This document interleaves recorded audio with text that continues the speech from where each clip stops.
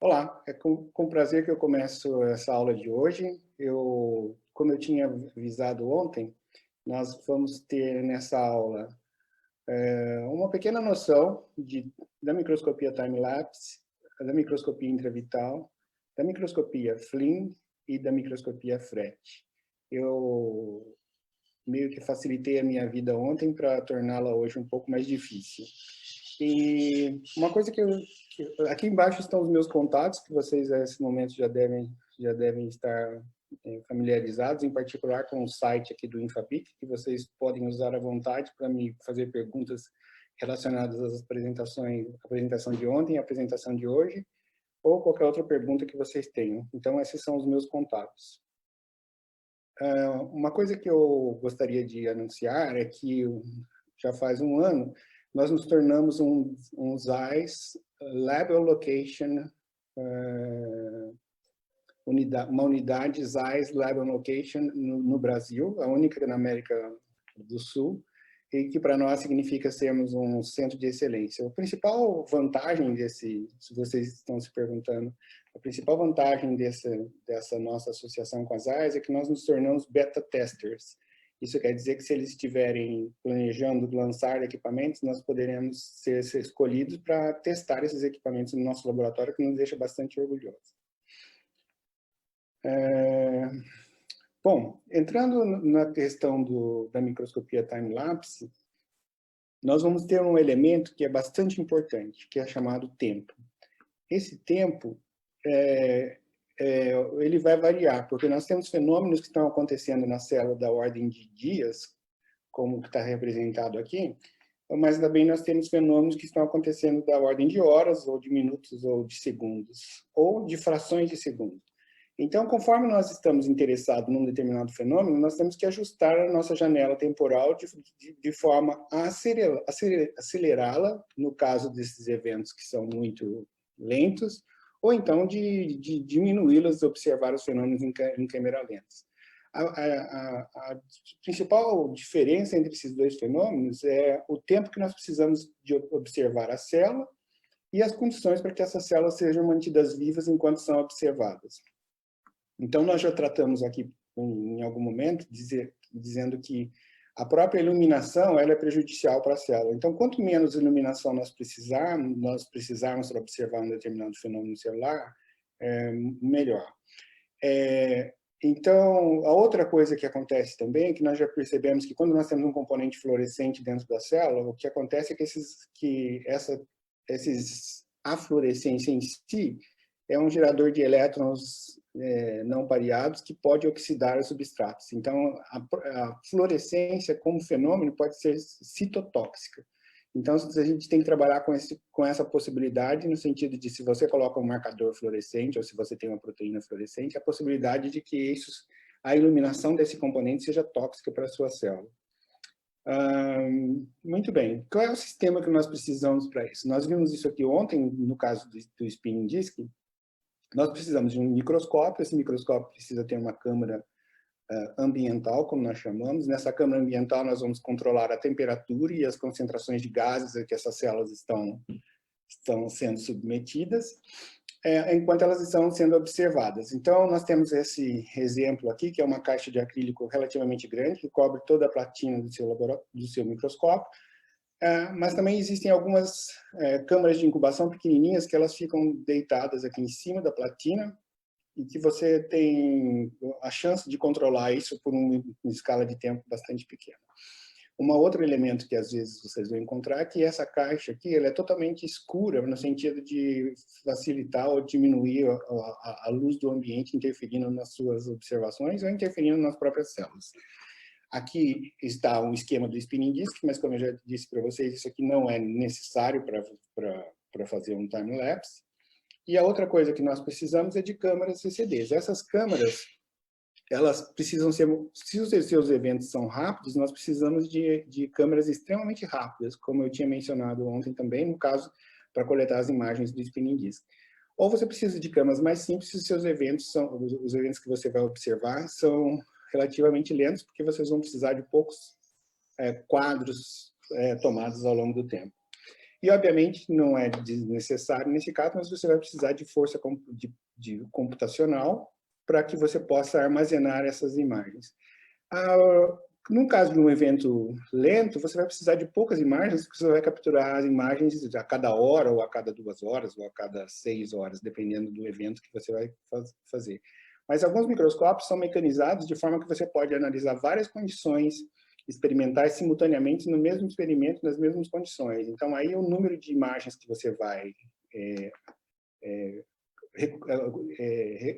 coletar a cada período de tempo indicado vai variar. Então, isso também pode exigir maior força computacional para o seu sistema. Por que analisar a microscopia time-lapse? Por que utilizar isso? Primeiro, que existe uma tendência da gente querer observar as células em estado vivo. Então, existe uma campanha do meu laboratório e das minhas atividades fora do laboratório, no sentido de estimular o desenvolvimento da biologia celular dinâmica e quantitativa. Então, é diferente de você fixar, observar as células ao longo do tempo, é diferente de você fixá-las em diferentes momentos para ver o que é que está acontecendo. Muitos fenômenos ou muitos aspectos da movimentação da célula podem ser perdidos se você simplesmente não tiver uma forma de observar isso, a célula ao longo do tempo e registrar isso conforme ela aconteça. Nesse caso, por exemplo, a gente tem aqui uma medida clara do que seria o comportamento de células musculares lisas oriundas da próstata, nesse caso, quando elas estão no vidro e quando elas estão no colágeno tipo 1. Se a gente não tivesse essa observação e a quantificação desse fenômeno, nós diríamos que são simplesmente estágios, mas nós conseguimos ver que num período de 7 horas, a gente tem uma adesão muito mais vigorosa da célula no substrato com colágeno tipo 1 do que no substrato vidro ou plástico. Isso aqui, as células vão acabar aderindo nesse substrato, mas elas vão ter necessidade de muito mais tempo, porque provavelmente elas precisam condicionar o meio e elas próprias precisam produzir os elementos de matriz extracelulares que são necessários para adesão. Ou, num outro caso, se você está colocando soro na sua cultura, é importante que haja um tempo para que essas proteínas do soro se adiram aqui na superfície do plástico do vidro, para que a célula agora possa reconhecer essas proteínas e aderir. E aí, se você muda o substrato de matriz extracelular, nós vamos ver que essas células exibem comportamentos completamente distintos e bastante dinâmicos. Com isso, você tem um painel aqui, ao invés de ser um painel de imagens, você tem um painel de comportamentos que torna o seu trabalho muito mais interessante. E aí você pode tanto ter a observação da sua célula. Nesse caso, nós estamos observando uma célula que foi transfectada com LifeAct, que é uma actina fluorescente. Você veja que uma delas foi transfectada e você consegue observar isso no tempo. Veja que esse vídeo está bastante acelerado, então as células estão se movimentando. Aqui é uma microscopia de fluorescência normal, mas que você pode, simultaneamente, capturar a imagem de campo claro, que neste caso, ou contraste de fase, e a imagem de fluorescência correspondente a exatamente esse mesmo campo. Claro que para cada período de tempo, para cada condição experimental que você está utilizando, você tem aqui 2 imagens, o que duplica aí a necessidade de espaço no disco que você está utilizando para fazer as suas imagens. E a outra coisa que é interessante, uma vez que você tem as suas células no espaço, é que você pode mapear o comportamento dessas células. Nesse caso, eu espero que o curso de imaginária trate desse assunto, mas você pode fazer o traçado do percurso que elas desempenham e aqui ter um quadro, um aspecto quantitativo de quanto que essas células estão migrando, além da velocidade do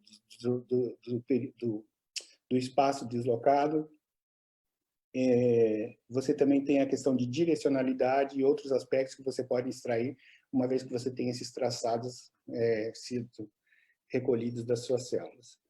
Aqui eu gostaria de sair da minha apresentação e mostrar uma outra coisa que nós fomos capazes de fazer.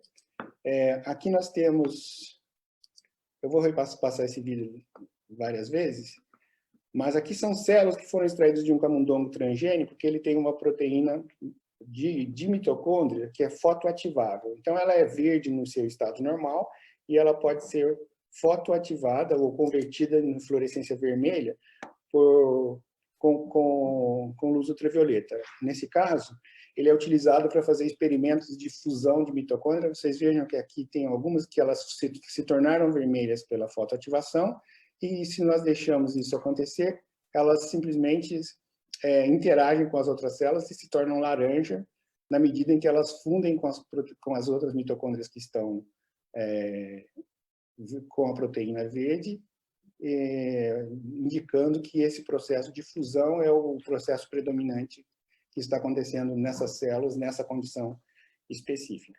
Então, essas células são cultivos primários de células que foram isoladas desse camundongo transgênico que o professor Pedro Moraes tem no seu laboratório. Então, nós entramos aqui com a parte de microscopia para entender. E nesse caso aqui, nós estamos olhando o time-lapse dessas imagens, que foi feito ao longo de algumas horas, pura e simplesmente, para observar uma organela celular dentro de uma célula. Então, aqui nós temos uma célula, outra e outra, dentro desse campo microscópico que nós estamos observando.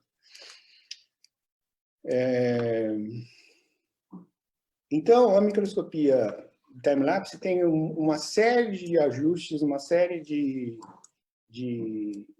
condições específicas que a gente precisa trabalhar, e a própria programação do aparelho ela é um pouco delicada, no sentido de você estabelecer todos os parâmetros, todas as condições que você precisa fazer, mas é uma coisa muito execuível.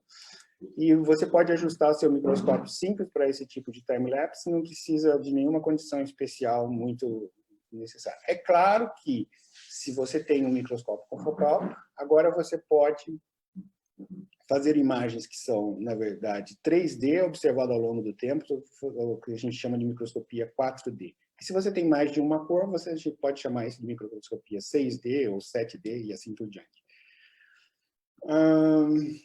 Eu vou deixar essa parte de microscopia time-lapse bastante simples para eu poder chegar nos outros assuntos dentro do tempo dessa aula. Mas estou à disposição para perguntas ao final da aula também. Então, agora eu gostaria de entrar na microscopia intravital, e para isso eu gostaria de mostrar um videozinho para vocês.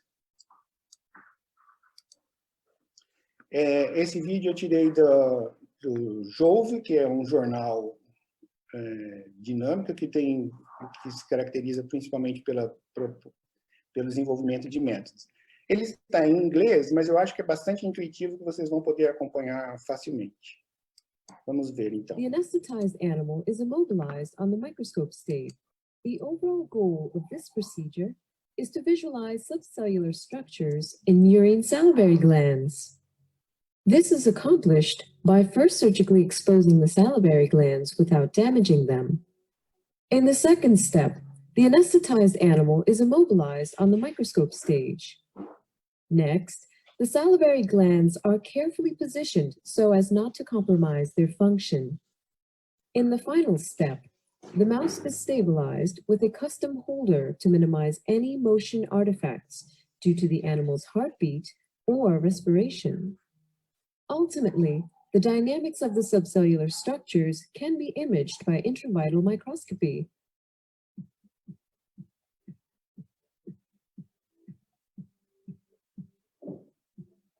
Prior to anesthesia, weigh the mice to determine the proper dose of anesthetic. Next, induce pre-anesthesia by isoflurane inhalation. Once the animals are unconscious, confirm sedation every 15 minutes by paw pinch, and keep the mice under a heat lamp for the duration of the surgery. Monitor the body temperature of the animals with a rectal probe thermometer. Now shave the neck of the mouse with a pair of electric clippers, and then use an ethanol-soaked gauze sponge to wipe down the ventral side of the neck, drying the excess alcohol with a Kim wipe. Next, use a pair of dull curved tweezers to lift up a small piece of skin at the lower side end of the masseter muscles and make a small incision. Insert the scissors into the incision, pointing the tips upwards towards the underside of the skin and opening the blades several times until the skin has separated from the underlying tissue. Then, starting near the base of the salivary glands, where the nerve, duct, and blood vessels connect the gland to the rest of the body, use the scissors to cut a 3 millimeter wide, 10 millimeter long strip of loosened skin.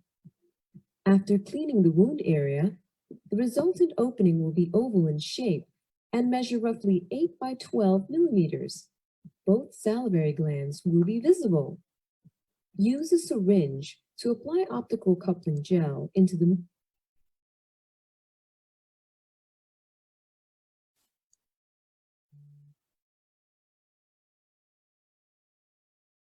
Estou sendo avisado de que vocês não estão vendo o meu vídeo. Vamos ver agora, então, o que a gente pode fazer. Não tenho imagem, não tenho som. Vou interromper o compartilhamento.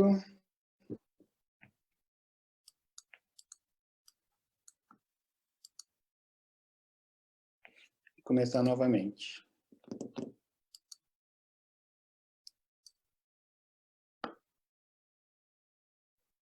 Breno, você está vendo a minha tela? Sim, professor. Vou passar o vídeo, vamos ver. of the cut, and then use fresh pieces pra of ouvir? sterile gauze to wipe the Sim. gel towards the outside of the opening Sim? Sim.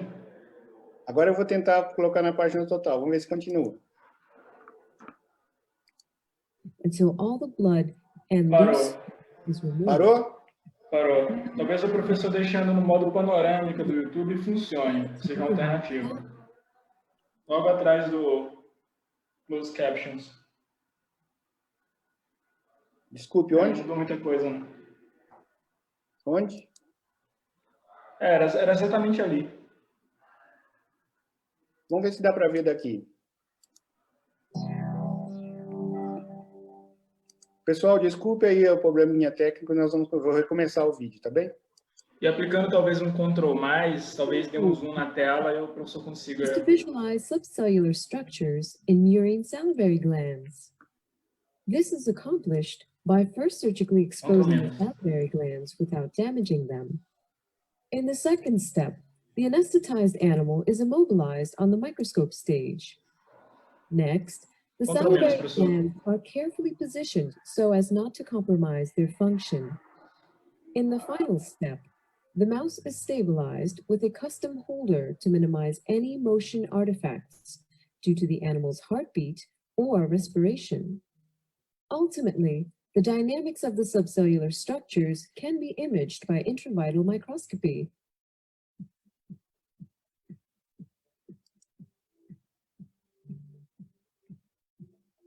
Prior to anesthesia, weigh the mice to determine the proper dose of anesthetic. Next, induce pre-anesthesia by isoflurane inhalation.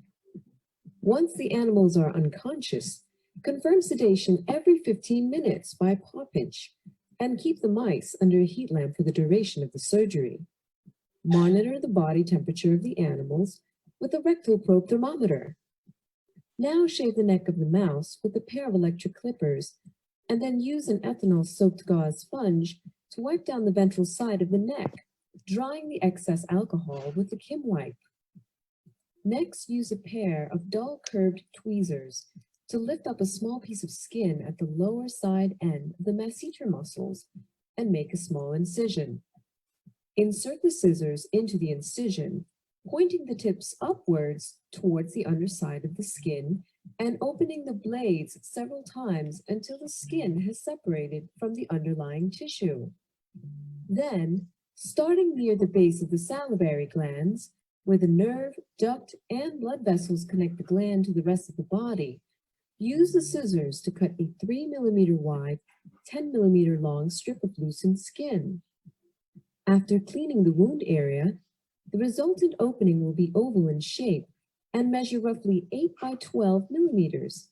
Both salivary glands will be visible. Use a syringe to apply optical coupling gel into the middle of the cut, and then use fresh pieces of sterile gauze to wipe the gel towards the outside of the opening.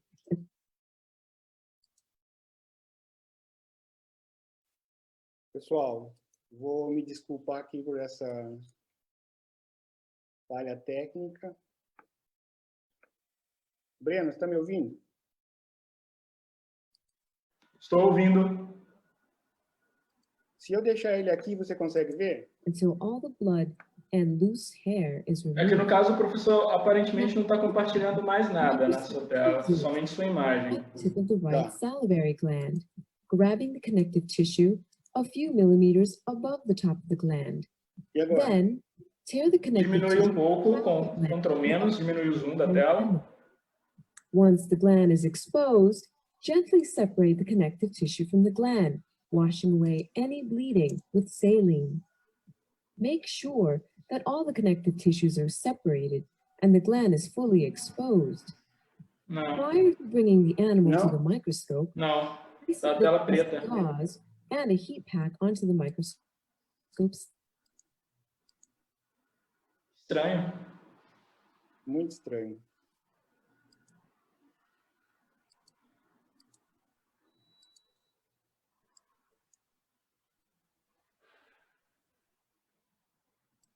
Bom, pessoal, eu vou continuar daqui, sugerir que vocês consultem esse site da Jove.com e eu vou deixar disponível para vocês esses vídeos selecionados aqui.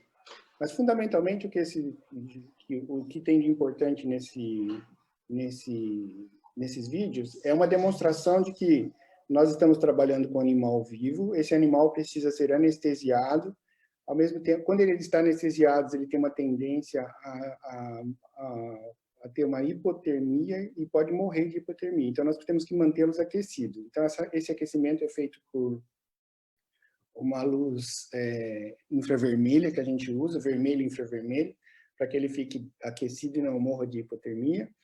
E, ao mesmo tempo, a gente precisa agora fazer uma pequena cirurgia para expor os órgãos de interesse. Então, no caso que ele estava mostrando aqui, a glândula salivar, ou o caso do fígado, ou como eu vou mostrar para vocês daqui a pouquinho da glândula mamária, nós temos algumas situações em que o órgão é facilmente exposto.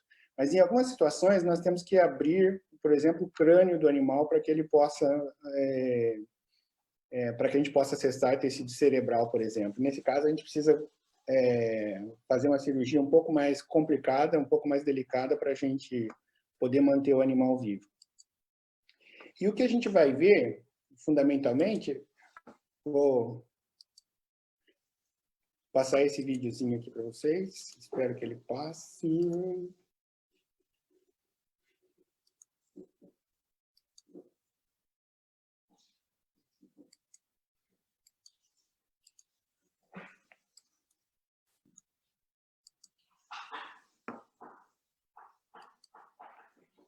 Vamos para frente. O que eu gostaria de mostrar para vocês é esse grupo que eu estava mencionando, é do Roberto Weigert, do NIH, e do Andrews Mazeduncas, que agora está na Austrália. Então, eu gostaria de mostrar algumas imagens do trabalho deles, nesse caso é glândula salivar, e eles estudam esse processo de exocitose aqui da secreção salivar.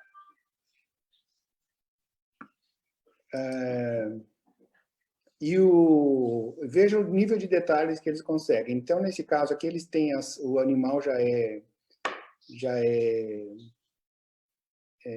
um animal transgênico, que ele tem essa proteína fluorescente mTOR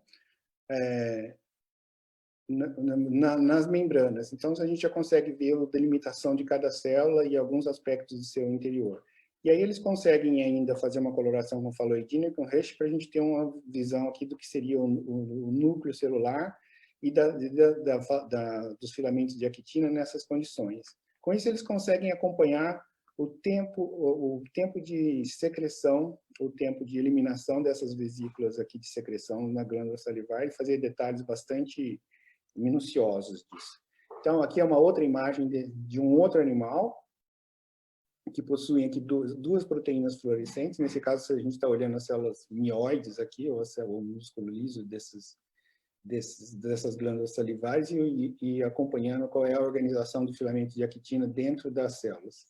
Então, em verde aqui são o elemento contrátil da glândula, e agora a gente consegue ver a associação dos filamentos de actina com a vesícula que está sendo exportada. Aqui são outros aspectos do trabalho desse pessoal. Aqui eles estão tratando da glândula mamária. Veja que eles têm um camundongo GFP e simplesmente marcaram as gotículas de gordura com Bode-Pai 665. Então, você tem a glândula mamária e as gotículas de gordura, e ao mesmo tempo você consegue ver como é que elas estão sendo secretadas ou transportadas de dentro da célula para o lúmen da glândula mamária. Veja que o nível de detalhamento que eles conseguem dos detalhes subcelulares da glândula. Então, eu preciso fazer referência a dois grupos, pelo menos no Brasil, que trabalham com isso com bastante proeminência. Um deles é do Gustavo Menezes, do UFMG. Eu sugiro que vocês façam uma visita à homepage do laboratório dele. Ele tem uma experiência bastante grande com fígado. Eu não trouxe nenhum vídeo aqui. Eu tinha um vídeo dele no browser do meu computador, mas eu acabei de fechá-lo, não vou conseguir achar novamente. Mas vocês podem procurar por si só. E tem um outro pesquisador, Júlio Scharfstein, na UFRJ, que também trabalha com processos inflamatórios. Ele usa muito a rede vascular da bochecha de hamster. São muitas imagens de intravital que são bastante interessantes. Quando nós falamos de microscopia intravital, nós temos um elemento fundamental, que é a interação da luz com os tecidos que estão sendo observados. Então, veja aqui, por exemplo, que como é que se comporta a luz com respeito à pele do animal. Claro que nesses órgãos que nós acabamos de falar, nós removemos a pele, então diminui um pouco esse efeito. Mas se nós olharmos aqui com a pele, nós vamos poder entender um pouco qual é o comportamento da luz com respeito aos tecidos biológicos. Então, veja que a radiação ultravioleta, 350 nanômetros, ela para nas primeiras camadas de células mortas que nós temos na célula. O azul penetra um determinado pouco mais. Aqui nós temos essa escala em milímetros, então veja que o azul pode penetrar até 1 milímetro, enquanto que se nós formos lá para o vermelho ou para o infravermelho, ou infravermelho próximo, 750 nanômetros, nós temos uma penetração de até 5 milímetros na pele. Isso aqui é fácil de vocês experimentarem. Se vocês pegarem dessas ponteiras a laser e colocar contra o seu dedo, você vai ver que a luz passa através da espessura do dedo. É um experimento muito fácil de vocês fazerem. Isso aqui nos diz o seguinte: se nós tivermos uma microscopia baseada na iluminação com infravermelho, então nós temos muito mais chance de observar as estruturas celulares. E nessa situação, nós temos um elemento fundamental, que é a única fórmula que eu vou mostrar para vocês, eu prometo, que o espalhamento da luz, ele se dá com o inverso da quarta potência do comprimento de onda. Então, veja que quanto maior o comprimento de onda, menor vai ser o espalhamento. É por essa razão que nós temos luz de farol de neblina com luz laranja vermelha, ao invés de você ter uma luz branca azulada. Porque essas luzes laranja avermelhada, ela é capaz de atingir maior distância no ambiente de espalhamento que nós temos na neblina. E a outra forma que nós temos de abordar esse sistema é usar a microscopia de 2 fótons. Então, muitas pessoas têm investido nessa frente, porque a microscopia de 2 fótons, se nós formos considerá-la, o que vai acontecer é o seguinte: se nós temos aqui um gráfico de Jablonski do que seria a fluorescência, nós temos aqui a irradiação chegando, a luz chegando com o comprimento de onda, ela vai excitar um determinado elétron que vai para o seu estado excitado, nós temos alguma perda em termos de calor e vibração, e aí nós temos a emissão da fluorescência com um comprimento de onda maior e menor energia, como nós já tratamos anteriormente. Com a microscopia de 2 fótons, nós precisamos agora de 2 fótons que precisam chegar aqui no mesmo instante e excitar o mesmo elétron. Só que com isso a gente consegue trabalhar com comprimentos de ondas cada vez maiores, certo? Porque como ele tem pouca energia, ou metade da energia, nós precisamos de 2 desses fótons para poder ativar esse elétron aqui da mesma molécula. Aqui nós não somos da mesma molécula. Só que quando esse elétron foi para cima, ele já não lembra mais como é que ele foi excitado. O que interessa é que ele está nesse estado excitado. E quando ele volta, ele emite a fluorescência no comprimento de onda que é típico dele. Qual é a vantagem de a gente trabalhar com esse negócio aqui? A maior penetração, porque como nós vimos que 1030 nanômetros, ela vai penetrar muito mais do que 515. Mas como é que eu vou conseguir agora 2 fótons no tempo e no espaço para excitar o mesmo elétron? Única e exclusivamente com lasers pulsados. E lasers pulsados da ordem de femtosegundos. Então, esse laser pulsado de femtosegundos, ele é um acessório para o seu microscópio, vai permitir que você faça a microscopia de excitação por 2 fótons, a fluorescência de 2 fótons, e vai permitir que você trabalhe com uma série de fenômenos de óptica não linear. Mas tem um inconveniente aqui de ele ser relativamente mais caro do que os demais lasers, certo? Mas do que na nossa experiência vale muito o investimento que é feito nessa aquisição. Aqui é o exemplo do que acontece com a microscopia de 2 fótons. O Lenz já falou um pouco desse assunto na primeira aula, ou na segunda aula dele, na segunda-feira. Então, quando nós temos a excitação com um fóton, nós temos essa excitação acontecendo no ponto focal, mas também acontecendo fora do plano focal, no cone de luz que é formado pelo objetivo. Agora, no caso da excitação com 2 fótons, nós temos a excitação da fluorescência que acontece no ponto focal, porque agora nós temos uma concentração de fótons aqui no tempo e no espaço capaz é só aqui nessa região que a gente vai ter a possibilidade de 2 fótons atingirem o mesmo elétron na sua molécula fluorescente. Então, esse aqui é um esquema bastante famoso, a gente está acostumado com ele já, a excitação do laser contínuo e a excitação do laser de pulsado. Então, nós temos um único pontinho fluorescente aqui. Qual é a vantagem, a vantagem adicional desse tipo de microscopia com 2 fótons? É que você não precisa mais de pinhole, porque nós temos aqui uma limitação do campo, uma limitação do espaço onde está sendo excitado, que já é o trabalho que seria feito pelo pinhole. Então, quais seriam as vantagens, ou quando é que nós deveríamos usar a microscopia de 2 fótons? Quando nós temos amostras espessas, 200 nanômetros ou mais, até vários milímetros, amostras vivas, uma vez que amostras fixadas, elas sempre podem ser clareadas ou cortadas, e aí nós temos ainda a microscopia de 2 fótons, excelente para o imaginamento de detalhes celulares dentro dos animais vivos, como eu mostrei para vocês agora no caso desses experimentos do Roberto Weigert e Andris Madzidunskas. Então, esse aqui era para ser um videozinho também. Meus vídeos silenciaram todos, mostrando que a gente tem o máximo que foi conseguido de penetração, o recorde de obtenção de imagem de profundidade e de imagens intravitais. Esse aqui é o cérebro de um camundongo, e a gente tem aqui 1,6 milímetros de altura.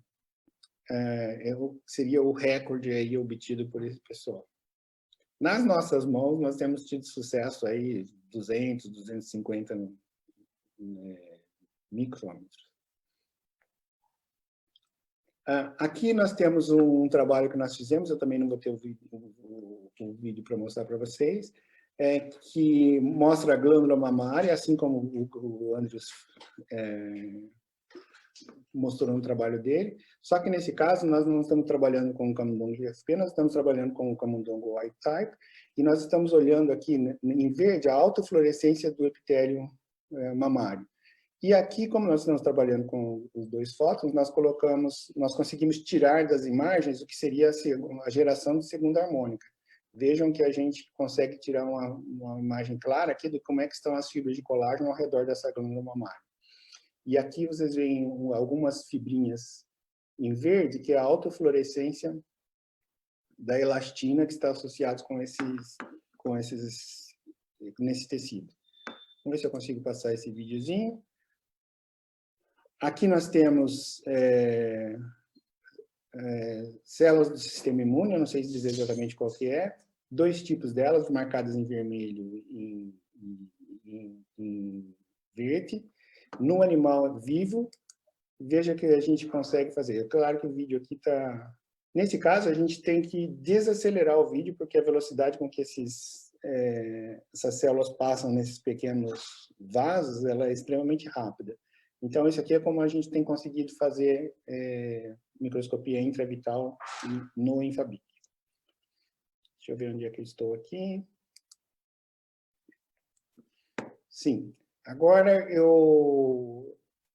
guardem as suas perguntas para o final da aula. Eu gostaria de passar para a microscopia baseada no tempo de vida da fluorescência, que tem uma característica bastante interessante. De novo aqui o esquema de Jablonski da fluorescência. Então nós temos luz chegando, excitando um determinado elétron que vai para o seu estado excitado, depois nós temos o decaimento desse elétron do estado excitado para o seu estado basal com a emissão de fluorescência.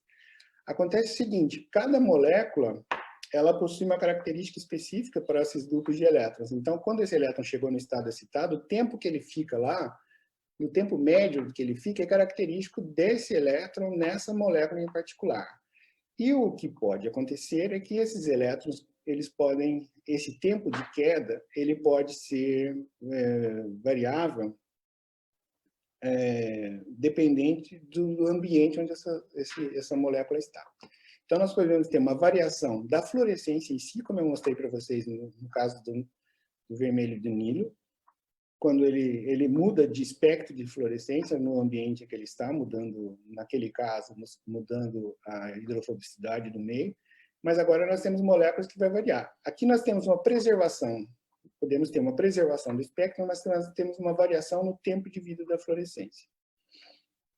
E que nós chamamos essa fluorescência, então, de Flynn. O que é que acontece nesse caso?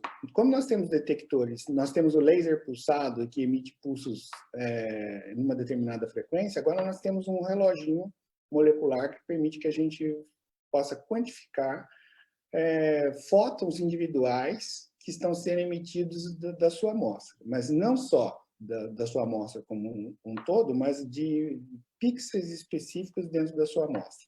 Então agora, se vocês imaginarem que cobriu a sua amostra como uma grade, como uma matriz, cada pixel que está sendo colocado em cima pode ser monitorado de acordo com os fótons que ele emite. Então, nós precisamos de um sistema de detecção de fótons únicos, com detectores arranjados em matriz, para que a gente possa ter a detecção de cada pixel do seu material. E aí, à medida que nós temos fótons sendo emitidos em cada um desses pontos, nós podemos somar esses fótons agora e criar um histograma que tem esse formato aqui especificamente, cujo pico aqui vai dizer qual é o tempo de vida da fluorescência. Mais especificamente, o padrão de queda desse pico é que vai caracterizar o tempo de queda. Então, veja aqui, são gráficos reais, mostrando que você vai tendo aqui, olha, uma inflexão dessa curva, mostrando que a gente está variando o meio em que essa molécula em particular está. Então, seja ela em zeolita, em glicerol, um líquido iônico ou etileno glicol, veja como varia a fluorescência. Isso porque os elétrons estão mais ou menos soltos, entre aspas, se eles estão em diferentes condições. E como eles estão diferencialmente aprisionados nos seus orbitais, eles vão agora ter tempos diferentes para cair daquele estado excitado para o seu estado fundamental, nesse caso. E aqui nós temos também uma questão que nós podemos guardar ou preservar a memória de qual é o local da sua amostra em que aquele tempo está acontecendo. E aí, como é que nós vamos ver isso? Aqui nós temos uma imagem, as células estão sendo observadas com a fluorescência de um determinado componente num determinado comprimento de onda, e nós estamos olhando para o tempo de vida da fluorescência. E aí nós podemos codificar o tempo de vida da fluorescência de azul para vermelho, do menor tempo de vida para o maior, e aí nós temos esse padrão aqui que a gente pode observar das células. Qual é a vantagem disso? Nós podemos trabalhar com cromóforos que são endógenos das células. Daqui a pouco eu vou mostrar 2 cromóforos bastante comuns nas células e que a gente utiliza para monitorar o metabolismo.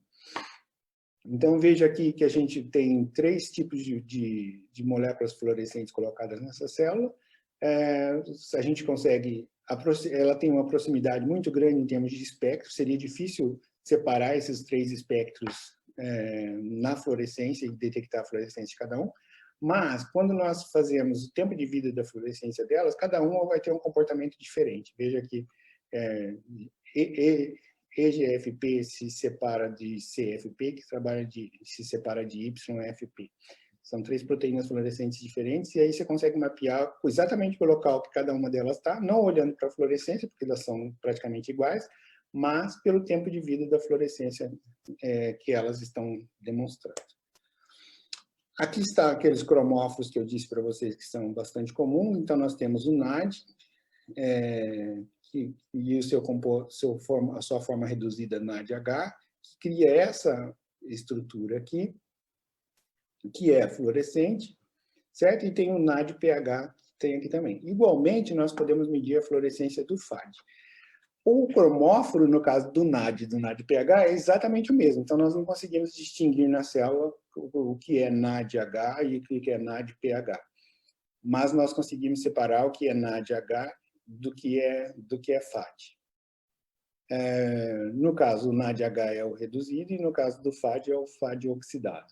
Como essas moléculas estão estritamente relacionadas com o metabolismo das células, olhando para esse tempo de vida da fluorescência desses compostos, agora a gente consegue ter vários parâmetros. O primeiro parâmetro é a intensidade da fluorescência emitida, que é o que está sendo mostrado aqui nessa figura no painel inferior, mostrando o quanto que eu tenho dessas moléculas. E segundo, a gente pode ir para o caso da autofluorescência. Veja aqui, nós estamos olhando células de gordura. Essas células de gordura têm 2 estados, 2 situações experimentais, e veja como varia o tempo de vida do NAD e do FAD aqui especificamente, que são quantificados aqui nesses gráficos, nesses histogramas. Aqui nós temos um predominantemente azul e um predominante vermelho, no caso, numa situação diferenciada. Quais são essas situações? Então, não são células de gordura. Então, aqui nós temos as células tratadas com o veículo. Veja que elas têm essa característica aqui. Só que quando elas são tratadas com enoxacina, o que acontece é que a gente tem um aumento do número de mitocôndrias, que, obviamente, agora atua no sentido de queimar essa gordura que está acumulada na célula. Então, as gotículas de lipídio se tornam menores. E aí a gente tem, com essa alteração metabólica, a gente consegue dizer ou monitorar os estados fisiológicos que essas células estão passando, além das características morfológicas que são típicas, que a gente consegue ver nessa imagem aqui. Então, esse trabalho é o trabalho do laboratório do professor Marcelo Mori, com a colaboração executado pelo Danilo Ferrucci e André Rocha. Aqui já tem um outro trabalho de um outro laboratório. Veja que nós temos o tempo de vida da fluorescência variando, e ela varia de tecidos diferentes, né? Aqui nós temos o mesmo tecido gorduroso em animais que têm características diferentes com respeito ao metabolismo, em particular a variação da pressão desses animais é diferente. A gente sabe que isso tem a ver com o metabolismo de lipídios, e aí se a gente vai nas gorduras, a gente consegue ver que tem uma variação bastante grande na morfologia das células de gordura, mas também no metabolismo identificado pelo tempo de vida da fluorescência do FAD e do NADH nessas células. Aqui um outro tecido gorduroso. Veja que o tipo de gordura varia bastante. Nesse caso, Aqui a gente já sabe que isso aqui é tecido gorduroso marrom, e nesse caso é tecido gorduroso branco. Mas mesmo no branco, a gente tem uma certa variação que a gente consegue detectar. Aqui, no branco, claro que a gordura ocupa quase que todo o citoplasma da célula, a gente fica com esse citoplasma, essa faixa de citoplasma na periferia, onde a gente consegue detectar a variação do tempo de vida da fluorescência do FAD e do NADH. Esse aqui é o último exemplo que eu tenho para mostrar para vocês. Nós estamos olhando macrófagos que estão no estroma prostático, e aí nós conseguimos ver que eles possuem autofluorescência do FADH, e o tempo de vida da fluorescência varia no interior da célula. Tem um outro detalhe aqui, se vocês verem, veja que aqui é a fluorescência do jeito que ela é observada, a fluorescência endógena, nesse caso, a gente não tem nenhuma, no animal não é transgênico expressando proteína fluorescente, e nem foi tratado com nenhum tipo de corante. E se a gente olhar no detalhe, veja quantos aspectos diferentes, morfológicos, a gente consegue identificar dentro de uma única célula com base no tempo de vida da fluorescência, indicando que, se isso aqui é NADH, a gente tem diferentes compartimentos aqui, que a gente não sabe ainda quais são, provavelmente essas estruturas azuladas aqui, elas são mitocôndrias, mas essas aqui que são avermelhadas, nós não temos a menor noção do que se trata dentro do macrófago, dentro do tecido. Isso aqui é o tipo de microscopia intravital na qual nós estamos fazendo observações subcelulares. E agora, para caminharmos aqui para o nosso quarto assunto do dia, nós temos uma pequeno esboço do que seria FRET. FRET significa Foster Resonance Energy Transfer. Então, é a transferência de energia ressonante que foi descoberta pelo Foster. Muitas pessoas entendem que esse F quer dizer fluorescência, mas, embora isso aqui esteja relacionado com fluorescências, na verdade não tem fluorescência no nome, certo? Então, se vocês forem usar esse nome aqui, por favor, usem Foster. Foster. O que isso quer dizer? De novo, o esquema de Jablonski, que nós já estamos ficando bastante acostumados. Aqui, a fluorescência do doador. Então, nós temos aqui os estados excitados do elétron, do doador. Então, nós temos aqui ele no estado inicial, ele vai ser excitado pela luz de excitação e ele vai descer para cá. Numa situação normal, se nós não tivéssemos aqui o aceptor, o que acontece é que seria emitida a fluorescência verde, aqui nesse caso, e nós veríamos esse material verde.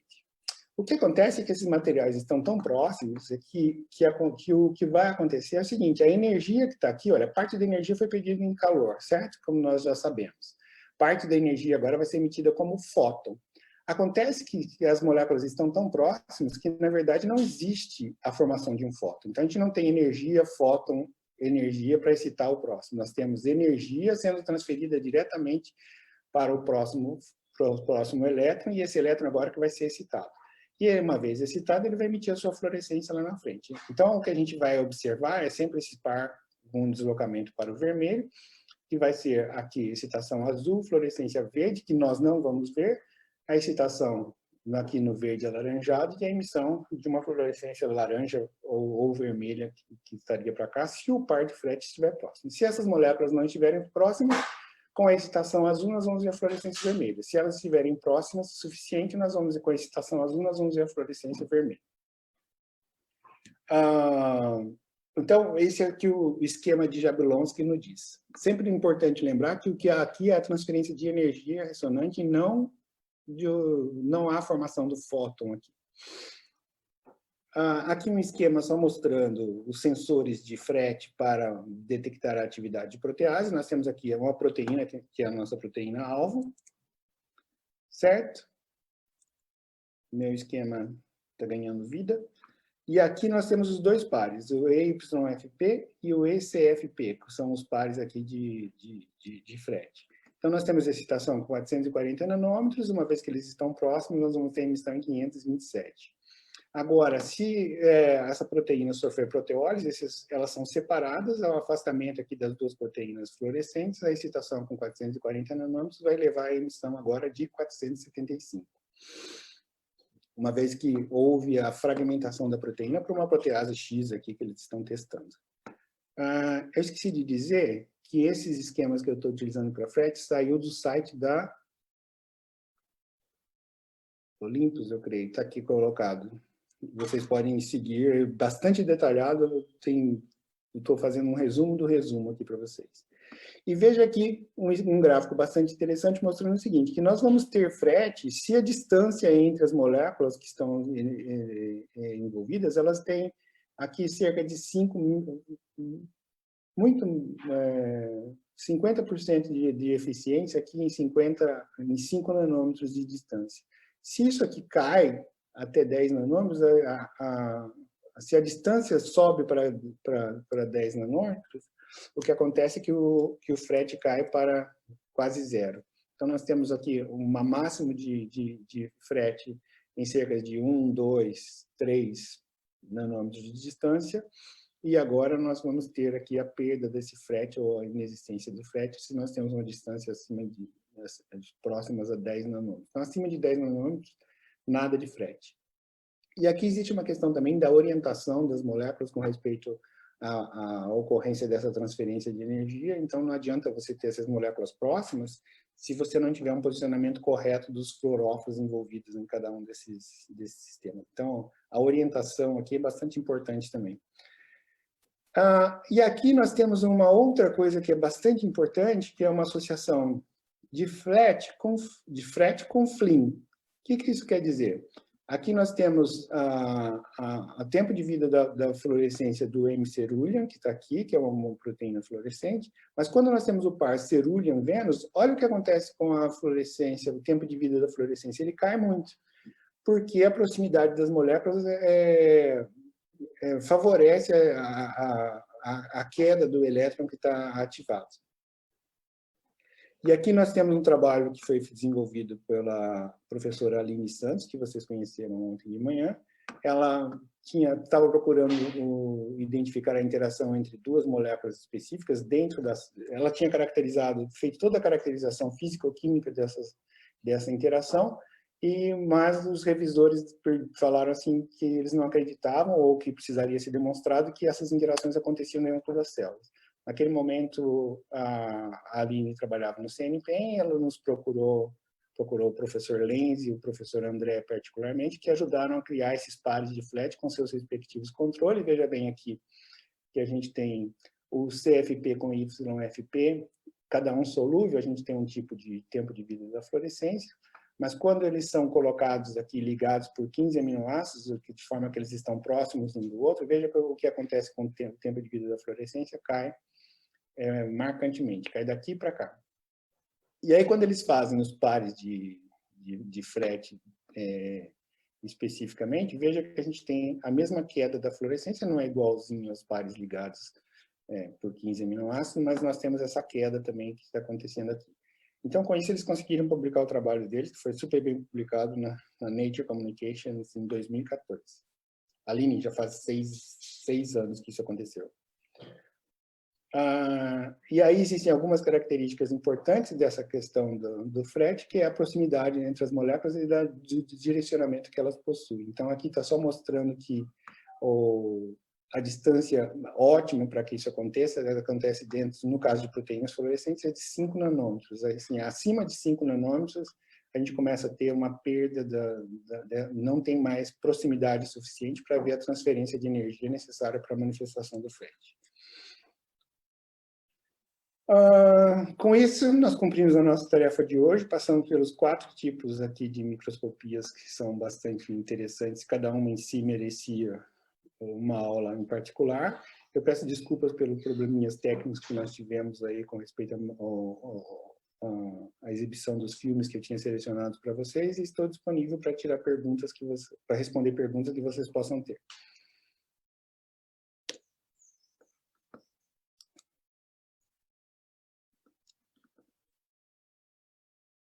Breno, está comigo? Estou, professor, carregando as perguntas aqui.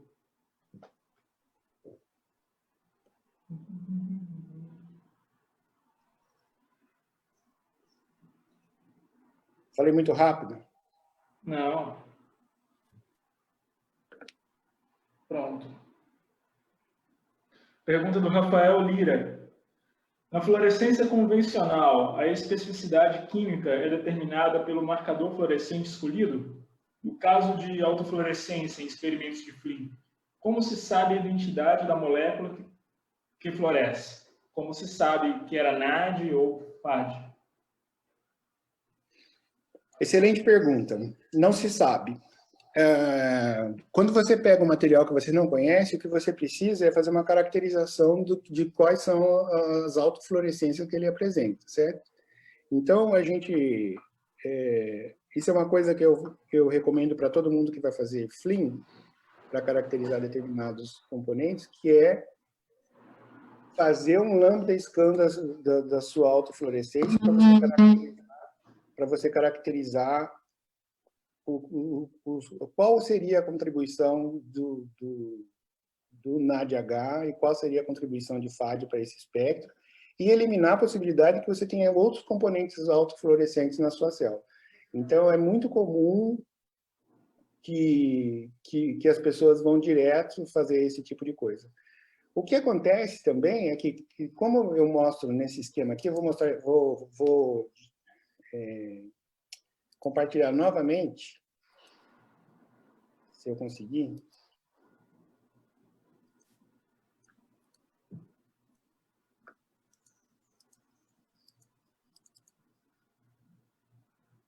Tá tudo lento hoje aqui, viu? O tempo de vida também ele pode mostrar a existência de diferentes componentes. O que você não pode achar é que aquela curva de decaimento ela pode ser uniexponencial ou multiexponencial. Se você tiver multiexponencial, então é muito provável que você tenha mais de um componente fluorescente. Ou esse componente, o mesmo componente pode estar em estágios diferentes. Então, não é uma coisa direta, a sua pergunta faz todo sentido, precisa mesmo caracterizar a fluorescência para garantir que ela está vindo do fluoróforo que você quer investigar. A outro detalhe também é que essa autofluorescência dentro da célula ela é muito baixa. Então, se você colocar algum componente fluorescente, uma proteína fluorescente, por exemplo, a variação de intensidade do que você está colocando para o que existe na célula é tão grande que você já consegue distingui-lo simplesmente por intensidade. Próxima pergunta, professora da Rafaela Cavalcante. Há alguma relação entre os conceitos de tempo de vida de fluorescência e fotoapagamento de um marcador?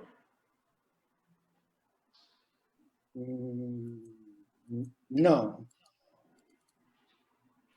Então, o que eu quero dizer com isso é o seguinte. Então, continua me ouvindo, Breno? Continua. O que acontece é o seguinte, o decaimento ele depende do tempo que o elétron vai lá para o seu estado excitado e conforme ele vai caindo, certo? Então, ele não está dizendo que esse elétron não vai funcionar mais. No tempo o quenching, na verdade, ele vai dizer o seguinte, essa molécula ela deixa de florescer. Então, significa que aquele elétron que estava lá, ele não existe mais na molécula, ele foi transferido para um outro lugar. Como, por exemplo, para o oxigênio, se ele estiver lá perto. Por isso que a gente fala muito naquela questão do ambiente sem oxigênio. Então, pessoal, por exemplo, uma dica já de cara, que talvez seja fácil para você entender. Se você for observar uma montagem de imunohistoquímica, por exemplo, em água, você vai perder a sua fluorescência rapidamente, porque a água tem oxigênio dissolvido. Se você montar em glicerina, por exemplo, você já preserva um tanto a sua fluorescência, porque você já eliminou o oxigênio. Então, a montagem em glicerina já é um bom preservador, um anti-fading, certo? Agora, se você tiver um ambiente adequado, você pode medir o tempo de vida da fluorescência da mesma molécula várias vezes e ela vai continuar fluorescendo. Não necessariamente o decaimento tem a ver com morrer. Se não ficou claro, você insista em perguntar aí novamente.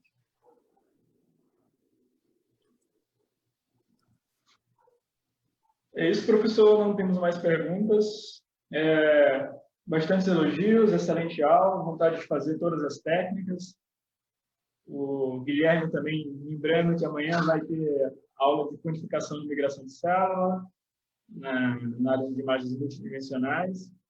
Então, agradecemos mais uma vez E retornamos às 2 da tarde com a terceira aula do curso de Lima DJ, com o professor Marcelo Lammers. Sou eu que agradeço o apoio técnico aí, Breno, muitíssimo obrigado, e sou eu que agradeço a atenção de quem estiver aí conosco assistindo. Muito obrigado, até à tarde.